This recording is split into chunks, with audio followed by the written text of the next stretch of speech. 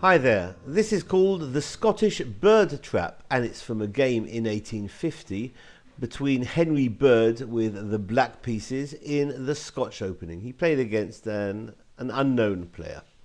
So e4 is met by e5 and knight f3, knight c6, d4 the Scotch. After e takes on d4 and knight takes on d4, black goes for a very rare system which I particularly like. We used to call it the anti-Scotch attack with queen h4 here, and I think you have to know theory here for white in order to avoid losing a pawn, because immediately that pawn is under fire and white has to defend astutely in order to maintain advantage.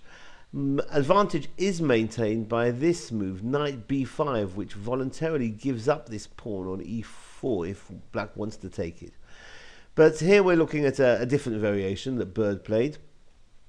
Bird just developed bishop to c5, threatening mate on f2.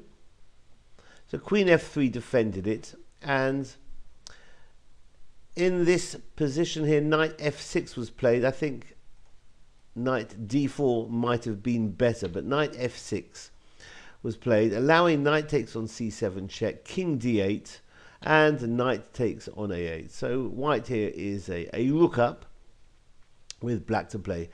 Bird played the move rook e8. When looking at it, I thought knight d4 was better, but on closer inspection and with the help of the engines, knight takes on e4 would have been black's best continuation here for sure. But Bird played rook e8, a nice idea as well, immediately bringing it into action along the e file, and white should have continued with knight c3. Knight c3 could have led to a variation, knight takes e4, knight takes on e4, rook takes e4, and king d1, and white's still doing very well here in this position. But it was clear to see that instead of knight to c3, white really wants to get the bishop out and castle short as quick as possible, but that was his downfall, as after bishop d3, black can unleash knight takes on e4.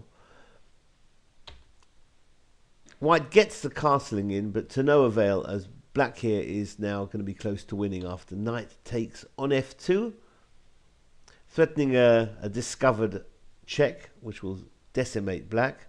So rook takes on f2 is met by rook e1, forcing the bishop to interpose bishop f1, and now knight d4 hitting the queen. The queen's going to move, so queen takes on f7 looks the most natural, but knight e2 is leading to mate now.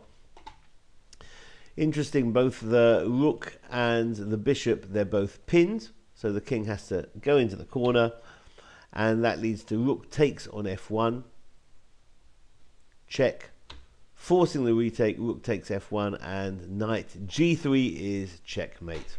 So that's very attractive stuff. This is called the Scottish Bird Trap in the Scotch. Thanks for watching. Bye-bye.